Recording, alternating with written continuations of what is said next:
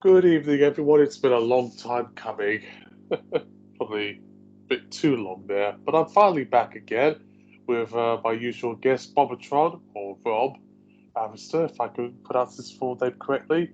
Yes. And here we have another podcast for BBFC MPAA. And we're going to be talking about animals. I would like to apologize if my voice sounds a little bit funny, like I say, like, maybe a little West Country or a bit of a brummy, but I'm actually not. I'm from the southeast. I just got quite a serious cold. Hopefully, it gets better. Can't say I've noticed, but now you have mentioned it, I probably won't be able to not be able to notice it. Is But, it? well, yeah, I like to crack jokes every now and again there. But the reason why I thought to do this one, particularly about animals, is because it's a subject that probably, to some extent, Rob can relate to quite a lot more than some of the other ones I had in mind. As you own a cat. I do indeed. It's been just over a year since I got little Mills, and yeah, she's uh, absolutely love her. You're more than welcome to bring the cat onto the microphone. They could do a. Probably get more of a hiss if I start picking her up against the wheel. She is quite. She is right here. You might be able to hear her in the background, but she's probably not. She's probably a bit too high pitched to be picked up by camera. Well, to each his own, I suppose. I won't hold it against her, really. But yeah, what was. Well, let's start with the basics. What has been your basic uh, experience with animals, or at least like issues related to animal abuse, animal cruelty, bestiality in films? From when you were a child to a teenager to adult. Um, yeah. To be honest, I'm not. I don't know how well prepared I am for this one. I don't. And one of the cartoons I watched as a kid was Animals of Farthing Wood. Have you heard of it? I only know about it in passing. I am more familiar with Watership Down and Wind in the Willows. If you're talking about sort of early era animal TV shows that are Yeah. British. Well, Animals of Farthing Wood is kind of like Watership Down, only a TV series and everything. I mean, it's aimed at kids, but I mean, it doesn't pull any punches. It does have animals getting killed, left, right. Well, not left, right, and centre, but there is quite frequent animal killing. It's obviously within the confines of nature, but still pretty gruesome. Like Watership Down, the when released on video, it did have a U rating. So, yeah, but it's like like I say, a kids program that doesn't patronise them. I remember one particular episode where the animals. Well, this probably doesn't make a lot of context for those who don't know what it's about. But basically, the animals are walking from Farthing Wood, which is being destroyed and bulldozed, to a place called White Deer Park, which is quite a journey. Anyway, one episode on that journey, they hide out in a farm, and this female pheasant gets seen by the farmer, and then gets shot. And the male pheasant sees a farmer carrying her dead corpse back to the back to the farmhouse. Actually, it wasn't the male pheasant who sees it; it's the owl who sees it. Tells the pheasant. Anywho, later on, the said male pheasant goes back to the farm to look for the snake that's still been left behind, and sees his wife's basically all dead and cooked on the windowsill, and then in 5 seconds later he's shot too. Oh, that's something a bit cutthroat about that whole thing. And this aired on BBC or. BBC One, yeah, during children's BBC hours. It's one of those after-school cartoons I used to watch when I was in primary school. Just for the Americans watching, primary school is what we call elementary school in the UK. I wish I got to experience Animals of Farthing Wood when I was growing up because there was a time with British animation, at least in the 70s, maybe to some extent the 80s, where it was a little bit more of a wild card. And I'm just talking about Warship Down, but you also have stuff like The Trapdoor and Ludwig. a few others that, for some reason, have always had a reputation of trying to sort of creep young children out, or at least entertain them with such a weird whimsy you can't even put it on the tip of your tongue. And then, well, that's just my experience there, but most of my experience with sort of animal in British animations mostly feel like stuff like the Herbs, Rhubarb and Custard, which is Did you like not? Martin's Did you? generation. Did you not watch anything by Cosgrove Hall? Well, actually, I've got a friend of mine who used to work doing the animation for them, like Noddy. I think they've done Noddy.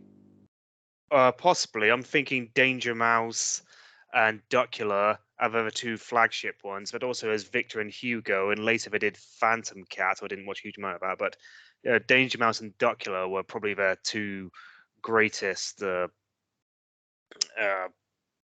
programs. And I was watching some old episodes later on. He realized, wow, it is actually quite out there in some places. I mean, they were. You might wonder as if like the animators or the writers were just a little bit, uh, well, on the wacky backy or something stronger. But getting off topic and everything. So I just wanted to throw that out there. Well, I mean, I've talked to a lot of people who worked in the British animation industry. One of my good friends used to work for Cosgrove Hall, and I think he's done some contract with other companies as well. So they are very familiar with some of the sort of what I would like to call sort of counterculture stuff. That's what I meant. I I was mean, referring to. Channel 4 was pretty much the big thing for a lot of sort of upstarty British animators to get a lot of their work passed through Channel 4, which is how Nick Park got to be known for with Creature Comforts and a few other programs as well, Bob and Margaret by Alison Stone and David Fine. But that's a little bit off topic of myself there. But I will say from my experience with sort of animal issues as far as films are concerned, well, I never paid too much attention to it really, because a lot of the stuff I was watching, at least up until I was 14, was scenes of animals, but you never see them like shot or killed unless they're being cut up for meat, like hunting. It wasn't really until I started seeing that anime I always talk about a lot that begins with Elf and ends with Lee. Elfin lead, yeah. I wondered how long it was going to be before you mentioned that. Yeah, I know. A lot of people are probably thinking, okay, I'm switching off. He's going to talk about that fucking show. I'm leaving. But no, I think it's appropriate to talk about it because That everyone scene. I have talked to was more disturbed by the scene where a dog is beaten to death. It's played off screen, much of it, weirdly enough, but you do see bloody detail resulting in just, it's very sadistic. I think even if it wasn't 18, it still would have caused quite a bit of a riffraff because people love their dogs so much. They treat them as their companions, as they do their cats. Now, for me, the scene that was more disturbing than that was the rape scene involving the young girl and a scene where a child is shot in the head after being tortured in the lab. That was more horrific, but that's my experience. And then on the flip side, because you've got the animal violence and cruelty stuff, Clerks 2, which had a really bizarre scene of bestiality and zoophilia of all things, where it shows a donkey being buggered by some sort of S&M dominatrix, male dominatrix. I thought, whoa, whoa, what's going on here? I found it a bit disturbing, really. Well, I think that one was kind of played off for laughs and everything, so I could let that go. But yeah, as was probably the case of most people, animal cruelty is like one of those things I just can't. That does rub me the wrong way and everything. I can watch like a mass psychopath just go around slaughtering people left, right, and center, just all day, and just think, hey, this is cool and awesome and everything. But as soon as like an animal gets killed, yeah, it does really bother me. I mean, it's only in the special edition or director's cut, I can't remember what it is, of Terminator 2. Just think what you're think might get what I'm referring to here. Just brief when John Connor and the Terminator have just been got off the phone to, well, they originally think it's his foster mum, but it's actually the T-1000 in disguise. And of course, like the dog's barking, and he goes, "Well, what's wrong with Woofy?" "Oh, Woofy's fine, honey." So then, basically, after the call ends, the T-1000 just goes right onto the dog's pen and just stabs it to death. It's like, oh, that is so wrong. I almost forgot that scene existed even in the film because it's been a while since I've seen T2. But whether it was made back then or even now, people generally don't respond very well to scenes of animal violence against animals. Probably even more so than scenes of violence against women and children. For anyone who is in the know, I am a little bit unusual in this regard because I'm more of a human rights activist than I am an animal rights activist. But you know, we don't really support the whole upper classes obsession with fox hunting and I was very just supportive of it. I was very supportive of fox hunting's ban back in 2004. And again, I first got introduced to fox hunting through Animals of Farthing Wood. So when I first heard it, I just thought they hunt and kill foxes for fun. That is so cruel. I'm just so glad they outlawed that. I just do not see why people would think it's an able right to go around murdering animals. You'll be surprised at the many people who think it is pretty much for sport. What my problem is that it's tied with the upper classes, the elites, and they think, oh, forget the sods, those plebs, those peasants. Let's go out on our hunting with our rifles over in Winchester, in Hampshire. What a pile of old pins. They all talk like that. What's just weird and everything? I mean, in America, it's not, well, it's not associated with elites or anything like that. I mean, when they usually bring up the issue of guns in America, when the gun rights will always one along with self-defense or home protection or whatever, they'll also say, "Oh, I use a gun for hunting," and I'm just thinking, "Why the fuck?" Yeah, but that's not a good reason to have a gun. You don't need you don't have a right to go around murdering animals for sport. I mean, if you're hunting them for, to eat them, I guess that's one thing. But quail hunting is not done for frickin'. Okay, that is more the elite types. But that's not done to eat the quail. That's just done for shits and giggles. Also, they say killing animals for fun is a sign of a serial killer. So, that. No, it is true. I don't remember specifically the names, but they were caught trying to beat cats to death. In fact, I think I lived in a neighborhood where I think one of the neighbors, it was rumored that he killed someone's cat. And I know you're probably thinking, I'm going to go out there and try and kill them bastards, but please, please don't. But it was rumored that he killed our neighbor's cat. And you saw the cat's name was Poppy. It was lying on the floor, and I thought if I touch it, it's going to hiss or meow at me, and I was a little bit fearful of even wanting to be in the scene. But I had to see the dead cat's body lying around near where I lived in my neighborhood. It was not the best of times, I will say, but animal abuse, it can go one or two ways. I know you said about the meat and the hunting thing. For me, I'm in the US because I'm partly American. It's a bit more egalitarian, I would suppose. Although, to buy the firearm, the ammunition, and the crossbows and stuff, you do have to have at least some money. And most of those types of people, you generally will find in like more rural parts of the country, like Wyoming and Alaska and Montana, where you can't get to a supermarket. You at least have to kind of fend for yourself, really, up in the snow and the mountains, hunting for deer. But yeah, if you're someone who loves animals, as any girl would, or even Rob, no, it's not pretty, not pretty. But I'm sorry, I got a little bit of a tangent myself there. But the topic itself could go one or two ways. I know I've talked about it through a prism of violence and then the sexual stuff. I think it's the sexual stuff involving animals that usually tends to rub people the wrong way. So many Well, people not like Shape of Water for that somewhat of a reason because they thought it was promoting bestiality. But it was, I've not seen that, so I can't comment. well, I'll put it this way: a woman falls in love with a fish mutant thing created in the lab. It's I've awfully heard of strange. it. I It's a mean, really nice film. It's actually not pornographic or some sort of sick, it depraved would be. zoophilia porn that you would find like in something, let's say, like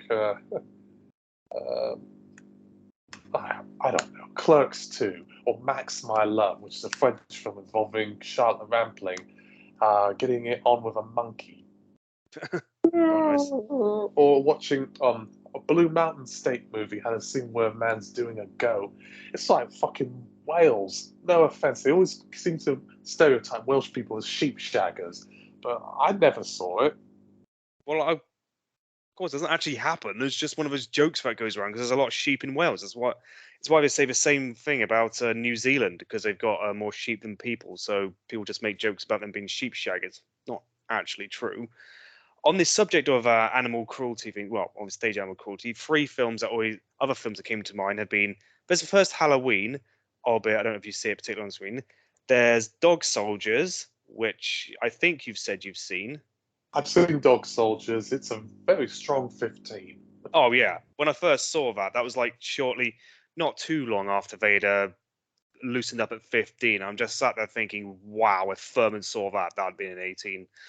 Because it's more violent than any other 18 films I associate with the 18 rating growing up, but obviously those films are now 15s. But obviously there's that scene at the beginning where Kevin McKidd's character is asked by Liam Cunningham to shoot this dog. He refuses, so Liam Cunningham does it himself, and that rubbed me the wrong way. Another film is that film that's based on a Stephen King book called Sleepwalkers. That one I'm not familiar with, I'm afraid. Well, I mean, It's like Pet Cemetery. Well, no, maybe probably yes and no in its own way. It's Stephen King, so there's bound to be some similarities. Basically, I mean, well, it's based on a Stephen King book, yeah.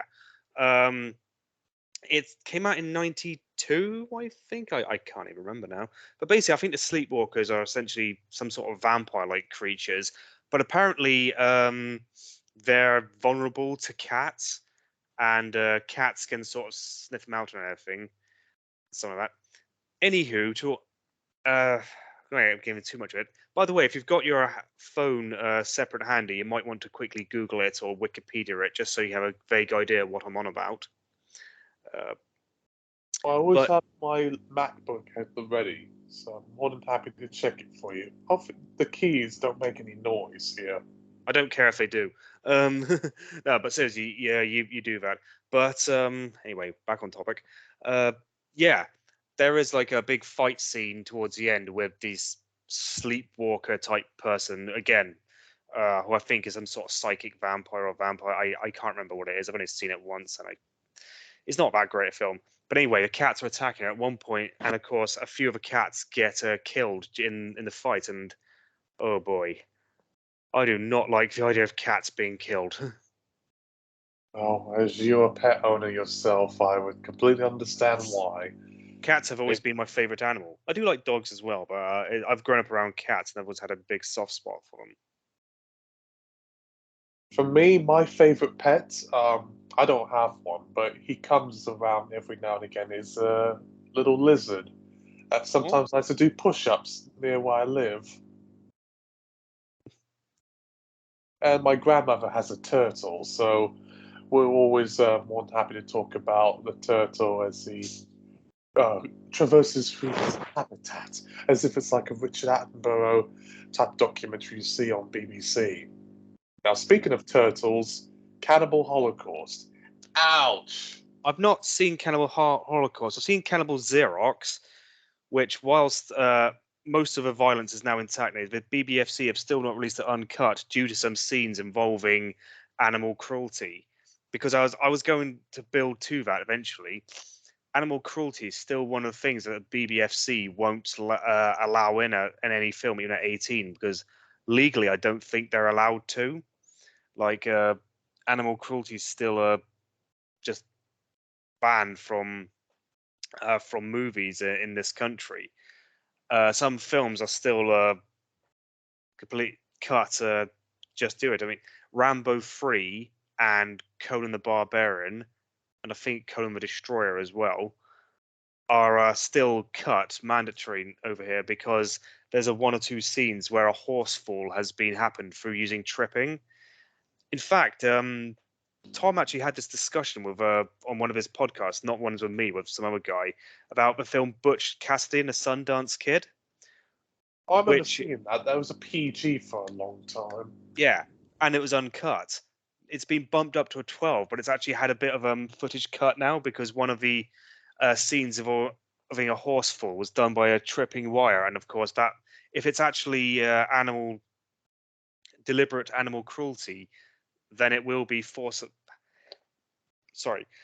removed from the movie over here, which is weird Well, because apparently I'll let you speak in a minute. I've just got a bit more to say. In the first Friday the 13th, there's a scene where a snake is killed, and apparently that was actually done, and yet that film is still to this very day uncut. Apparently, well, it might be some of the specific restrictions that they place on what type of animals or mammals can be killed versus which ones can't. I that's know shit. for snakes, they have a different sort of skeletal composition and anatomy than, like, let's say, a dog. And if it's like a sort of quick type of death, they're more willing to be a little bit more flexible about it than if it's involving sort of long due agony and pain. It's also one of the reasons why there's even dietary restrictions in the world, like kosher and halal. They can cut in a certain way, but they have to cut it quick and almost painlessly. Otherwise, it would be haram to consume. Is it? I Yeah, I mean,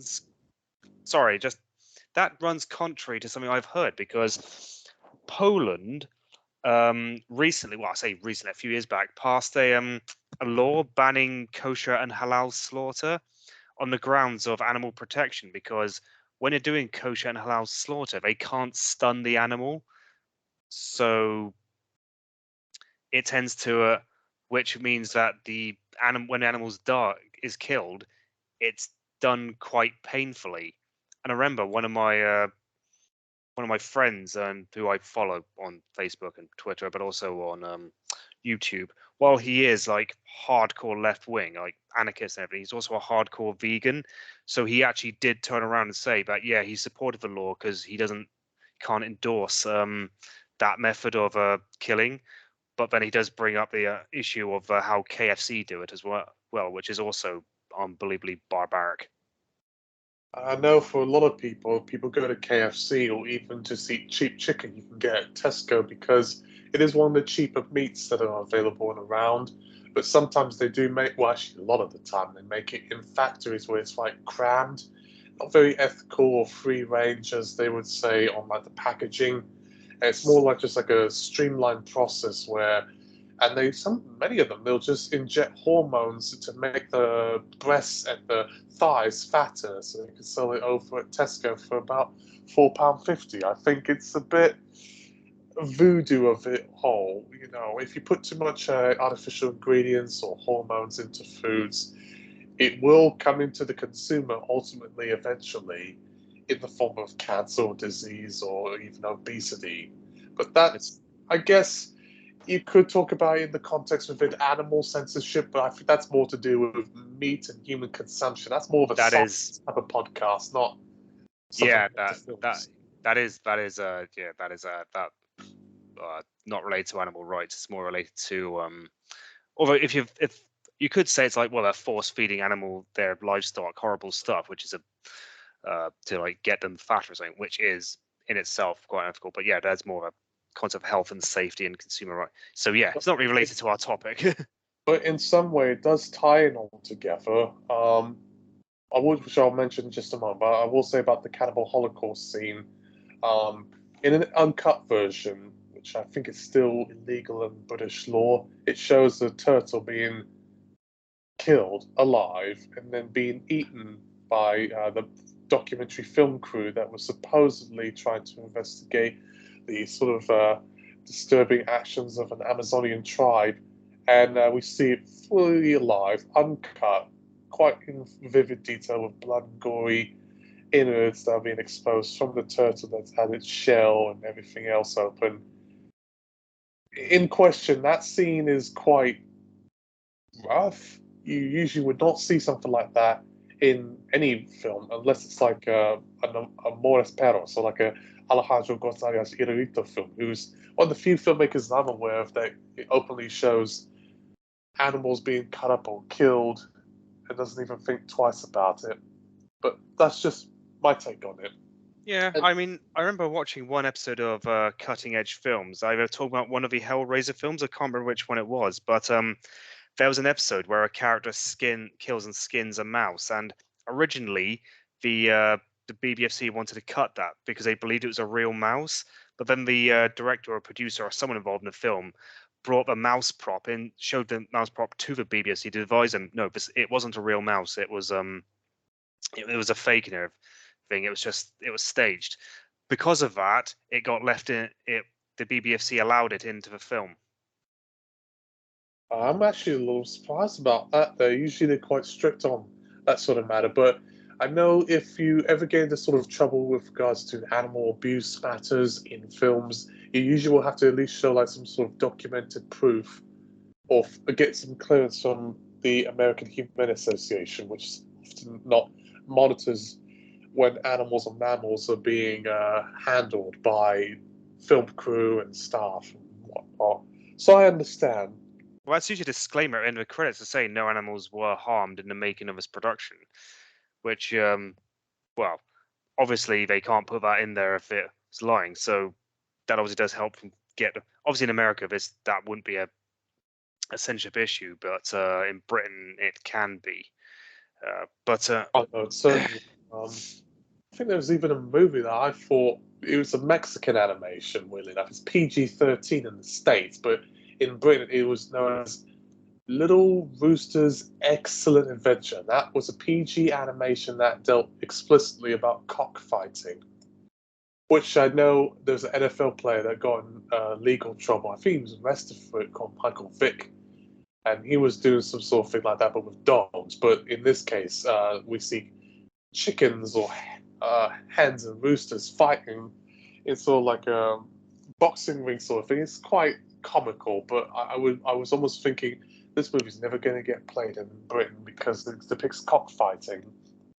I know but people make big but money on it's that sort but of it's thing. animated, isn't it? And isn't it using sort of like anthropomorphized animals, like from the animal's point of view and all that? Yeah, it's all completely computer generated, but Well, I think that's probably why it could be let go and all that. I mean, it's not. I mean, I think contextually speaking, that's remarkably different than if it was actually like a live action film involving real cockfighting. no, exactly that.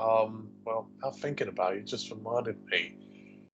Snatch had scenes, and that's one of the first 18 films I saw with Snatch. That had 15 now. scenes of dog fighting, and I think there was a scene of a dead dog with blood lying on the floor, and I thought, it's gonna be But quite. again, that might probably have been, obviously using a fake dead dog and everything. I mean, I think, like I say, I mean, most often they will find a way to stage this rather than actually do it because, again, especially being a British film, they would have known they wouldn't be allowed to get away with that. So they must have staged that. I don't think they would have used I really don't think they would have used a real dead dog, dude.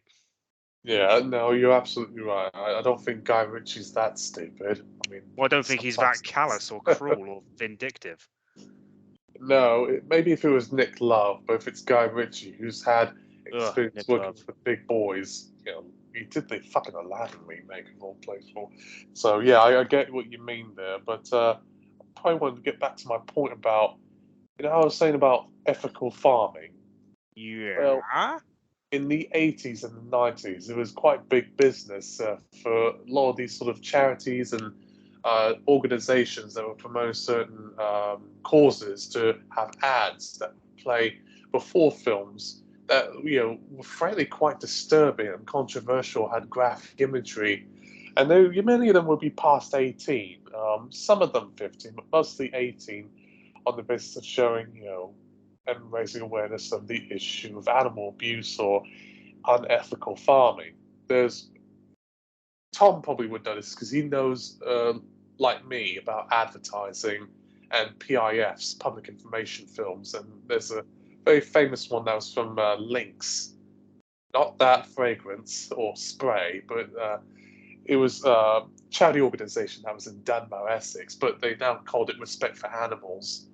And that had a scene where a group of people were going through a catwalk and wearing fur coats and throwing blood all over the catwalk, and that caused quite a bit of a stir, mainly on the basis of that particular scene with the blood, and then also it had the line saying, "It takes 20 bitches to make a fur coat," which, okay. Yeah, but that's a good reason for. I mean, you may say it's quite shocking, but it's meant to be because it's meant to get a point across. Oh yes, of course. I mean, I love public information films. Sometimes I love them even more than actual films themselves, especially when you see the big scary 18 at the bottom and the sort of scratchy 35mm print. It makes me nostalgic because when I was growing up, we didn't really have those sort of ads, at least in the 90s and 2000s. Well, I mean, most of the ads were all sort of U certificate up until 2004. And then I think there was an ad that I saw. It was somewhere. It was showing a noose, and it was implying hanging is still legal in Scotland. Bansnares.com, and it's pretty much a PG certificate advert, but it shows a noose with blood dripping out of it, or like a dog tag, which implies foxes being caught by snares in the wild Nasty. for trapping. So yeah, that's I'm sure you probably wouldn't like the ad in question, but I thought it was quite effective. Well, I mean, not heard of it. It doesn't sound like something I'd enjoy if it's about you know animal cruelty, like off badger baiting or fox hunting. Um, well, no, well, I mean, if it gets a point across, it gets its point across. But yeah, I don't know what much else to add to that really. I was thinking actually on a subject of as it's about animals, would we be talking about creature features? That would qualify on some level. I mean, werewolves are sort of imaginary, and then phoenixes, dragons. But I was more I thinking guess you something. could. I was more thinking something along the lines of Jaws. Oh, yeah, go right ahead. I mean, most people are scared of sharks. Most people will wish them dead, but they are sea animals or sea mammals. Well, So, they're animals. I mean, we talk about how we. Sorry, how in a film we don't like it when an animal gets killed, or be it a dog or a cat or a mouse or something along those lines. Of course, there are films where the animal is the main antagonist and is the sense of threat or danger to the humans. With Jaws being the prime example, and there are many other shark flicks that we're going at, most of which are absolute crap. Um, don't get me started on Deep Blue Sea. Um, but but don't get me again, started on 47 meters down. well, I've not seen Or that. the Meg. Oh, well, the Meg could have been better if it was half an hour shorter. Um, but yeah, I do see your point. There's also films like Lake Placid or Alligator, which involve crocodiles and alligators, which of course are creatures that can be very dangerous. They can kill you can and usually do kill humans quite a bit. I recently actually watched that film Beast with Idris Elba. Have you heard of it? Yeah, I was actually surprised it got a 15 certificate because I saw the advertising for it and I thought, oh, it's going to be a 12. It's like a bit like Jurassic Park sort of thing. But I It heard it's actually is. quite bloody. It And is. It's R-rated stateside. oh no, I remember it was. I was a little bit perplexed by it because usually films involving safari animals, that sort of thing, usually tend to be at least 12. I was a little Well, surprised by its 15 certificate, but I guess it was more along the lines of like Crawl, which was a movie about a killer alligator that was killing people in the bayou. oh yeah, I forgot about that one. Uh, yeah, Crawl was definitely quite good, but that was and Deep Blue Sea was also R-rated as well. But no, Beast was quite. Uh, oh, it was an okay film. Maybe it could have been better. Starts off pretty well, not give too much away, but it does start off pretty horribly because a bunch of poachers go after a pride of lions and just pretty much uh, murder all of them bar one. And so that one male lion just goes on an absolute killing rampage, which I'm not too sure a lion would actually do. But yeah, and of course, it's quite a tragic, it's quite a interesting story because this lion has basically had its entire pride killed, and now it's going on a killing rampage. Obviously, there's a few things in it that are quite do suspend disbelief. Like there's a time when Idris Elba's character gets bitten on the spine by the lion, which would kill him outright in real life, but he completely survives. And he kicks the lion in the face at one point, which in real life would do nothing, as this is a creature that can take wildebeest kicks to the face. Well, I mean, it's Hollywood after all. They will sort of bend the rules of reality on something like that. But who knows? I might go see it. All right, it's not at the cinema. It's on a streaming. Oh yeah, so I was at the library the other day. I actually saw it on the shelf, but I was like, I don't know really. Creature features. Oh, I guess you could count the Fly, the Jeff Goldblum, but that's more insects. That's not. It's not so much like that. It's creature feature. It's a sci-fi body horror. I don't think that counts, mate. What about insects? Do they count? Because I love No, movies like Ants and James and the Giant Peach and Men in yeah. Black. I mean, we can add arachnophobia if you want. Well, I think we could certainly talk about that one because that is certainly one of the weirdest films I've ever seen to get a PG rating. Especially back then when a lot of those sort of horror movies were at least 15. It was PG-13 in America, and of course, remember, a lot of PG-13s got rated PG here back here. Oh, I'm well aware. The Mask, Men in Black, anyone? Yeah, Jurassic Park, which might be a creature feature. Do dinosaurs count? Oh, they do. I mean, they're extinct, but they count. But definitely, yeah. If we talk about, what might call mini beasts or anything, I don't know. Well, bugs, which is basically insects and arachnids both fall into. Definitely, the arachnophobia would definitely qualify. And what an appropriately titled, because if you're an arachnophobe like myself, it will have you absolutely bricking your pants. And that's why a film like that should never be a PG. Because when you're thinking PG films, you're thinking of maybe some scary moments, but never for that sustained amount of time. And I know there was some comedy in Arachnophobia to alleviate some of the damage, but I thought it was a little bit disorienting. At the It's very only least, well, well, it is only that scary because of the creatures it uses. If it was any other creature other than spiders, it would not be that scary. It would actually be a very goofy film. It's just because it involves spiders, especially those two big fuck off massive ones at the end, the Queen and the General, that it really just puts the shits through you. well, I don't have arachnophobia. I have I do. canardiophobia, which is jellyfish. Those Oh fucking yes, things of the you ocean. No, no really, Mark. swimming, You've never no mentioned beaches. that before. Well, I actually have, but I know I know, mate. jellyfish. They don't really they're invertebrate. So there's the movie called The Invertebrate. Shallows and 7 Pounds.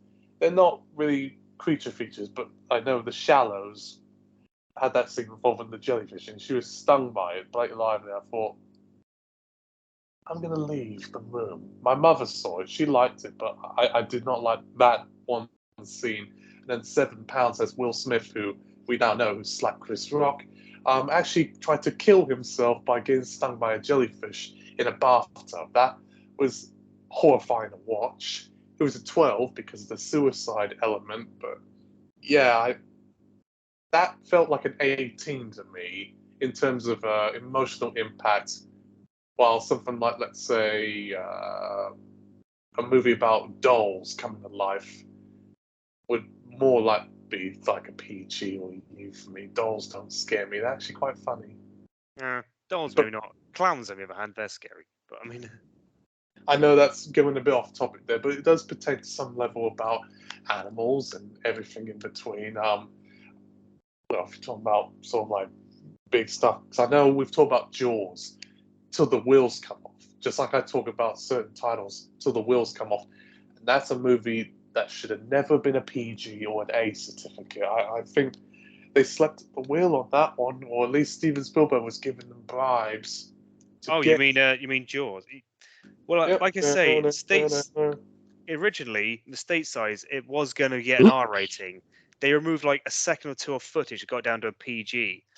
When it was sent over here, it was I think it was the director of the BBFC wanted the Quint's death scene to be cut in order to get it down to an A rather than a double A. But the chairman basically, or was it president? I can't remember. Basically overruled him and said no, it can be an uncut A, or at least an uncut version that they got from America. The great irony about that one, because I know you had to have at least like one or two trims to avoid an R rating, but it was a bit ironic that they focused so much on a lot of the sort of video nasty movies that were sort of 18 or banned, but they didn't even look at the other films that were like PG or 15 level, at least A or double A, that were causing quite a bit of a shitstorm.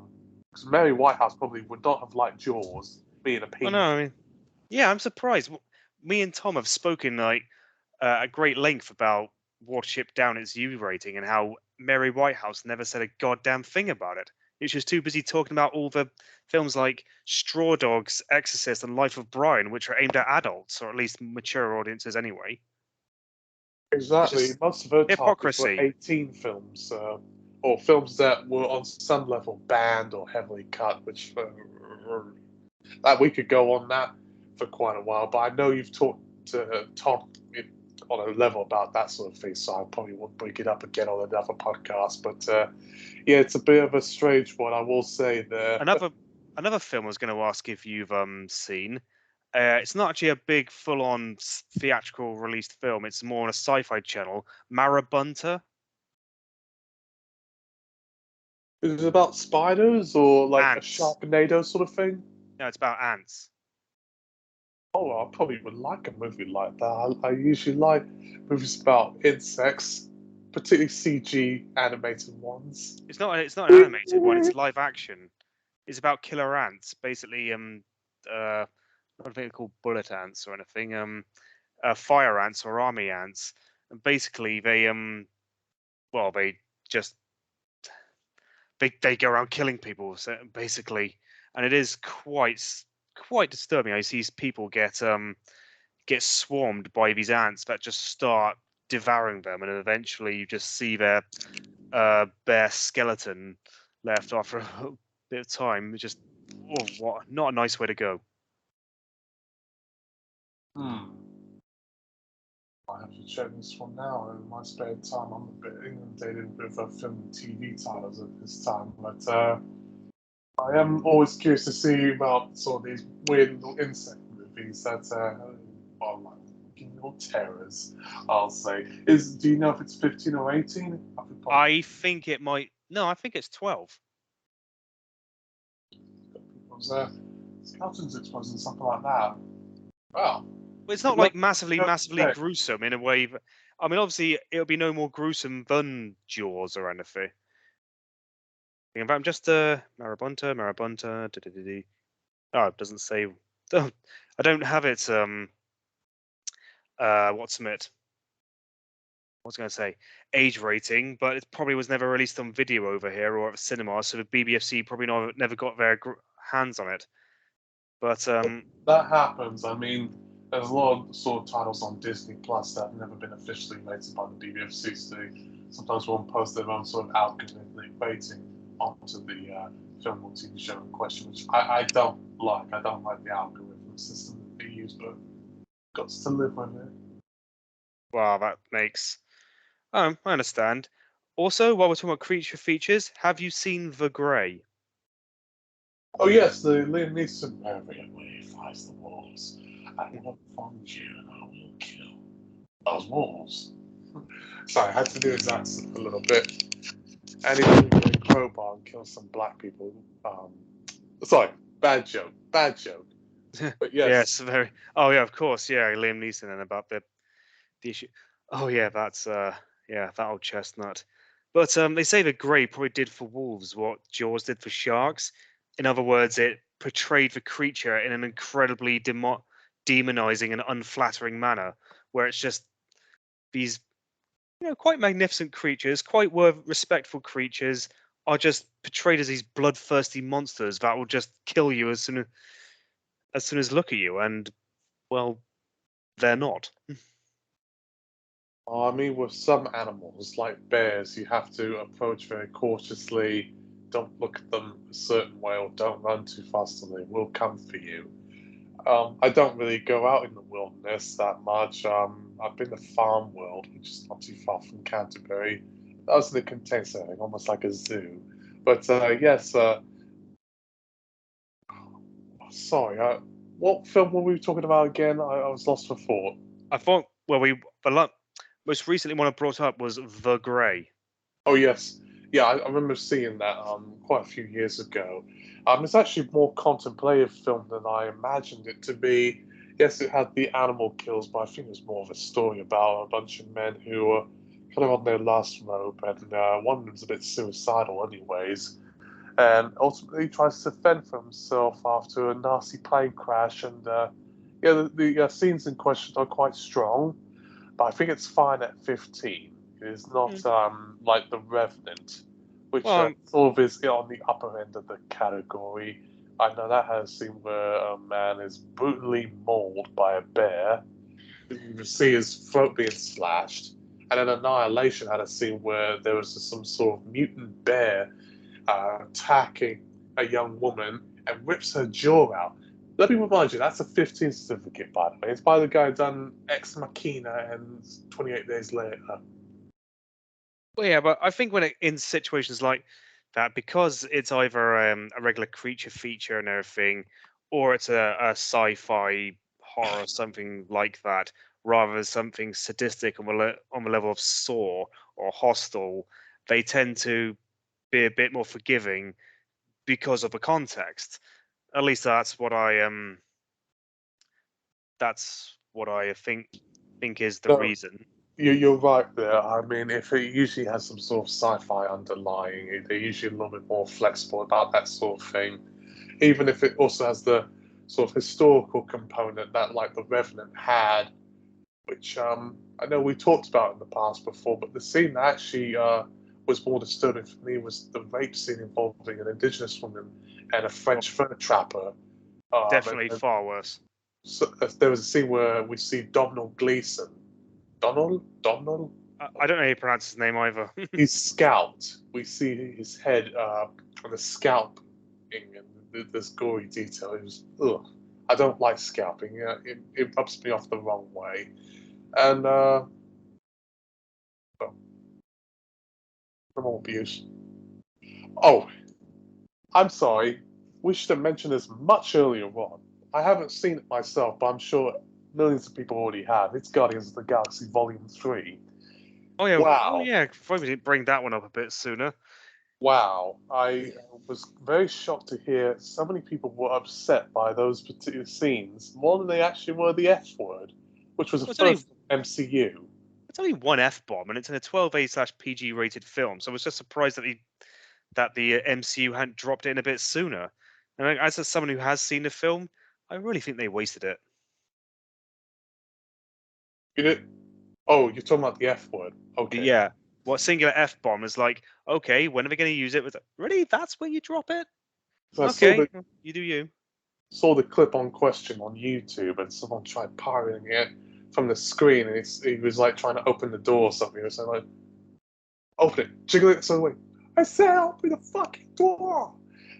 It's a bit weird hearing Chris Pratt say that because he's actually evangelical Christian. Weirdly enough, he's a bit all freaky with his politics a bit. He was in But Wanted. well, that's probably when he was fat. Chris Pratt. A whole lot has changed about him. Now he's all beefy and he's known for fighting dinosaurs and stuff like that. But that's getting off topic, really. But those animal abuse scenes, which many people have compared to the plague dogs, which I'm just going to brief out for everyone who isn't aware. Plague Dogs is by Warship Down people. Martin Rose directed it, and that has a reputation of being one of the most disturbing animated films ever made. PG certificate, uncut. Even if it's PG-13 in the States, it did cause quite a bit of problems with the censors, or at least audience feedback is concerned because they found it too dark and unsettling for its intended audience.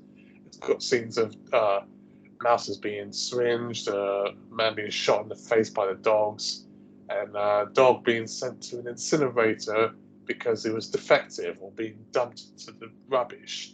It's awfully grim. And people have compared that with Guardians of the Galaxy 3, which has scenes, I think, of a rabbit with a speaker in its face or some turtle being drugged or dismembered. Explain a little bit what's going on here, because I'm actually Well, a bit perplexed that Marvel went that political with the animal rights stuff. they probably figured it was a good way to get the audience to hate the bad guy.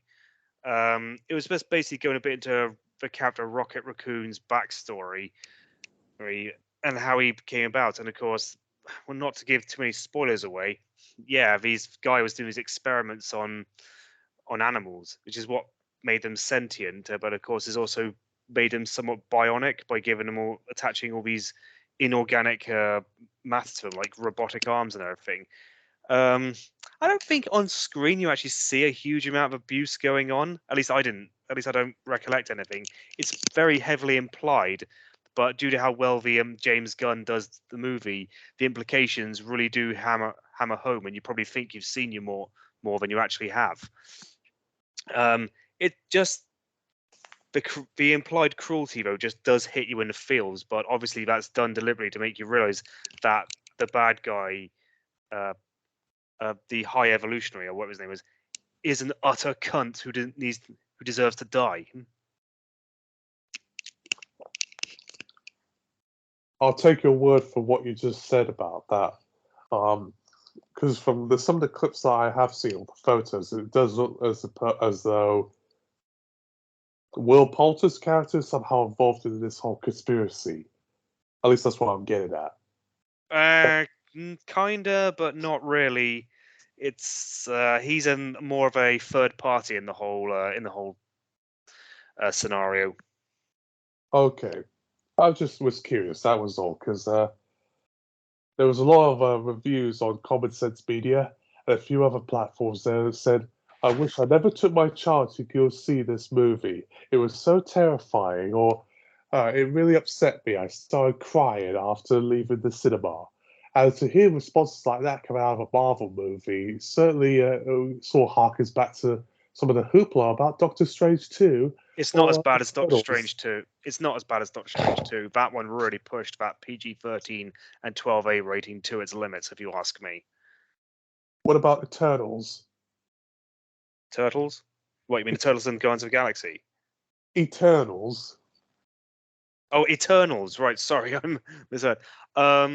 Nah, not really. There's nothing much. There's not much to Eternals. It's standard Marvel fare. I know there was a sex scene, but to be honest, I didn't really. There's not much to it. That really. It's probably a bit more riskier with sex scene than other Marvel fare. Violence wise, it's par for the course though. All right. Well, you're the expert on this one, so I take your word for it, really. Uh, But, I wouldn't bandy that word around too flippantly. I woun't call myself an expert on it. I mean, I'm quite experienced, but yeah. Uh, we know a lot more don't about give me too superhero much stuff than I credit. do. But yeah, I mean, it's a bit of a sort of weird area. Now, I know both of us have seen Alita Battle Angel. I've even seen the original anime that was based on the manga and that James Cameron would ultimately adapt. Now, haven't seen the anime, which is a 15 certificate. That scene where a dog is killed is much more gruesome than in the film itself. We actually see, I think, intestines exposed and blood really gushing out on screen. And this was at a time where you couldn't really show that high level of violence in really anything unless you get Well, to in an 18, really. well, the anime is always more violent. Let's forget. Lisa Battle Angel was 12A/ PG-13. Even if it did really push that to its absolute limit. I know I said that Doctor Strange 2, but good grief, Alita Battle Angel was violent for its rating. My approach on it was a little bit different than yours. I thought it was fine, maybe on the higher level, but I would say, sort of stuff like 10 Cloverfield Lane or Casino Royale and Da Vinci Code kind of take the cake as far as higher end 12s are concerned. maybe even Van Helsing, because that was more horror oriented, which horror films don't really have a strong place at 12, mind you. You usually always get complaints from parents. Case in point, Doctor Strange 2, Woman in Black.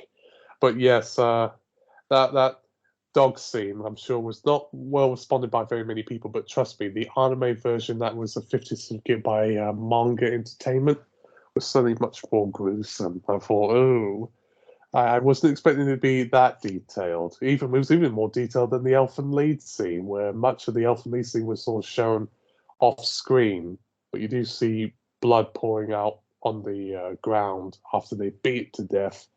And dog wise, I know some fuckers seem to compare one of my favorite Japanese cartoons to John Wick. I don't understand why. I think it's just Oh, that isolated moment where we see someone's of dog course, is John. killed, it makes him angry and wants to kill people. How did I forget? How the fuck could I forget John Wick? Because that's Yeah. like one of the most infamous bloody dog killing scenes in all of film. And of course, it's a lot of people have a hard time watching the first John Wick due to that scene. But we understand that that's what motivates him to basically, over the course of 4 films, rack up a body count that would basically consider would make him a war criminal in any other context. But yeah, that was a thought. One Oh, film. no, Well, there's but 2 more things I actually was going to wanted to bring up. Firstly, there's oh, the film Gladiator. This is probably quite a passing comment. I'm not really going to dwell on too much. But the one scene that I didn't like in that film was a scene where actually kills a tiger because he's in that fight. It's like, oh no, you killed a tiger. I don't want to see a tiger get killed. Oh, big woodly tiger. But also, I mean, we haven't mentioned Anaconda yet. well, that one was a bit of an unusual one because I remember when The Hunt for the Blood Orchid came out. That was a 12A. I thought it looks like a 15 to me. It looks awfully intense. I that's probably why I didn't even see it. I was surprised at the sequel one. I know the original Anaconda was a 15, but both of them are PG-13s. Hmm. I know for a generation of people, they were scared by that movie. But it is quite. It is quite. I mean, the Anaconda. Yeah, the way they do it, it is quite scary. I mean, all in all, the film's shit, but I mean, yeah, it can be quite scary. We think about being hunted by this snake that's the size of almost the size of a. I don't know how long is a football field now. They say that the anaconda's 40 foot long. I don't think they actually do grow that long, but according to this film, they do, and that's how big the creature is in this movie. But yeah. But nonetheless, an anaconda is a very big snake, and if you were being hunted by one, it probably would be absolutely terrifying. Well, frankly, I'm not going to the Amazon rainforest any moment given or time, or in the sort of outbacks of Australia, so where you likely see those sort of creatures. I've seen a rattlesnake firsthand, and didn't approach it. And I even also held a python at one point in time. I was at Farm World. Must have been about 10 or 9. That was pretty fun, holding a python. In terms of the censorship, Python. yeah, well, How you not pronounce it, is it? Python? Well, Python? Python is very American, or Seppo, as I would usually say. Whereas, yeah, Python is the more British way of saying it. I don't suppose either way is particularly right. It's just a different way of saying it. That's all. I mean, I'm guilty of saying some Americanisms because I call Tuesday Tuesday. I say schedule, not schedule. Oh, that one. So I'm a traitor. But make no mistake, I'm as British as they come. Uh, Well, you uh, do yeah, sound British. I mean, so yeah. yeah, Southeast home counties, very boring. Unlike you, you're from a more interesting part of the UK. Gloucestershire. Yeah, I know I got into trouble with Tom a few times trying to use your accent, and he says you don't sound like that, but I always think you still have that twang a little bit, like when you say anything with the letter R at the end. You can tell. Yeah, Like, I've noticed it. I've actually noticed it. Anytime I say anything with a hard U sound, it doesn't come across of that. Or Like I remember listening to one of our 12A podcast, and I talked about Rush Hour, and of course, the way I said Rush has made me realize, oh yeah, it does. That West Country does carry through a bit. I think that's the ultimate charm of it. And plus, they mock people mocking about your area a lot. There's all farmers and cider and combine harvesters. There's a lot of that. But that's one reason why I partly did the animal podcast, because you can sort of relate to that sort of environment. And then also the Guardians of the Galaxy controversy certainly was been on people's minds for the past month. Sorry, it sounds like my nose is really blocked right now, but hopefully I try to get better. But I don't want to be sneezing live on the recording, so I'll do it after the recording is finished there, if you know what I mean. So stop so lot of brummy. Sharon!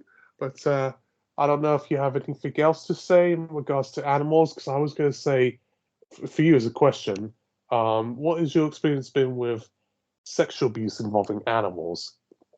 Because I know I mentioned Clerks 2 and a few other films. Wait, do you mean on? Right, you mean on film and TV, not in real life, right? Yeah, and films and TV, because Well, thank fuck to that. I was wondering what you're about to start suggesting. well, Probably the worst one I can think of is the first ever episode of Black Mirror. oh, fuck.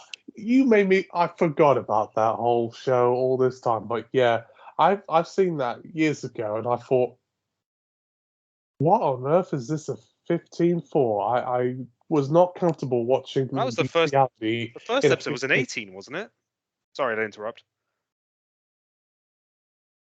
I know the Netflix versions were 18s, but I know on DVD, when it was still Channel 4 production, they were 15 certificates. But that scene where MP is forced to squeal like a pig, literally, Yes. I thought, ooh, what? I'm not very good with certain scenes of sexual assault or rape. Then I am not a friend to it. Even scenes of bestiality sort of rub me off the wrong way. It kind of creeps me out. That It that more so scene than did just gross me out so much. I can't. I was thinking, oh, they're not actually going to go through it. They're not actually going to go through it. It was like, oh my god, they did. Then of course should have realized it's Charlie Brooker. Of course, he's going to make him go through with it. well, I mean, he's the man behind Scream Wipe after all. He's a very wild character. He makes me laugh quite a bit. I prefer Scream Wipe stuff and how TV ruined your life more so than his Black Mirror stuff that made him a household name for many people. But there was a bit of controversy, not only that episode, but there was a ad for Skittles, which involved a woman kissing a walrus. It was played for laughs. It got a use certificate in the cinema, but a lot of people thought that was endorsing zoophilia, that sort of thing. Well, And that's a bit it's not stupid. I mean, come on. I mean, many people kiss their dogs, but would you want to lick its balls? Well, yeah. I mean, exactly. I mean, I don't mean yeah. I don't want to lick its balls. I mean, yeah. I see your point. Just because that could be misinterpreted, but Well, I but mean, on some level, you see a lot of those creepy, lonely young men who are obsessed with Lola Bunny from Space Jam. that was really disturbing. I mean, I like animated women, as you obviously well know. Some Yeah. people like to have a bit of a fetish, but women who look like animals or rabbits and they're sort of humanized like that, and people sort of jerk off to it. That's too much. I don't want to look at a rabbit girl. I want to look at a woman. That's why Space Jam, on some level, I have to be a little bit careful what I'm talking about. Even if it is a U certificate, it's a standard, fine you. But some people will sexualize it so much. I think, okay. Well, yeah. 'Cause for Uh, the new film or anything or new TV series. I mean, they God, I can't believe I'm going to start talking about this. They downgrade or de-emphasized Lola Bunny's breasts, and oh boy, the manosphere online did not like that, and actually started complaining about shit tons. Like, guys, you're talking about a cartoon bunny rabbit's tits. Just take 5 seconds to look at what you're doing with your life. I know, it's awfully bizarre. If you don't mind, I'm just gonna put some music onto the side. I just need to do something like quick. Okie dokie.